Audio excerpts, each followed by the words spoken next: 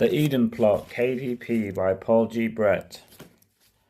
I'm not boring you, am I? She didn't give me a chance to reply, though I could hardly have said that she was.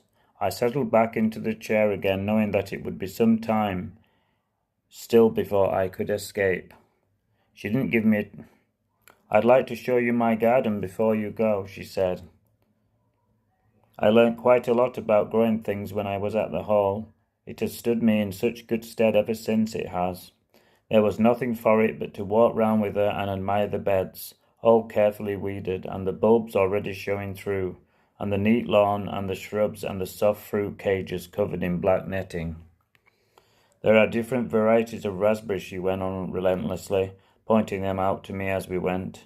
I like that one, though it's not quite as full of flavour as Marling Admiral. Of course I can't taste things right now, not as well as I did. You have to be careful with raspberries. They're prone to attack from viruses, as I expect you know. I didn't, but I felt a certain sympathy with those who were troubled from this source. After a lengthy tour, we moved back into the house. I made firmly for the front door, assuring her that I would come and see her again, and saying that I looked forward to sampling more of her jam later in the year.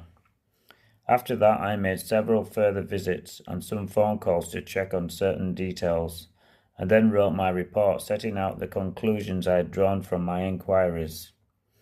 I presented this in person to the bishop and was gratified to find him apparently delighted by what I had done.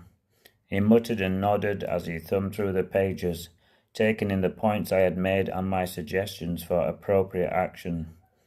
Excellent, Latimer, James, excellent. This is just what I need. Calling his secretary into the study with the official engagements diary, he found a date about a month ahead for the meeting. As he had indicated when we met in London, he wanted to get everyone together to find the best way out of the situation we were now in. I don't want them to come here either, he said. We need neutral territory, a hotel or something. Any ideas? Actually, Bishop, I said, I went to the St. Giles Hotel the other day. It was a very suitable conference room upstairs, quite private. And there's a good restaurant there as well. Do you know it? On the road south, about 10 miles out, I do. Never been there, of course, but we're always passing. Turning to his secretary, he said, Book that and lunch too for the three of us. Not the others, and Latimer will help you with the invitation list. Send them all a copy of his report and make sure they all come. I want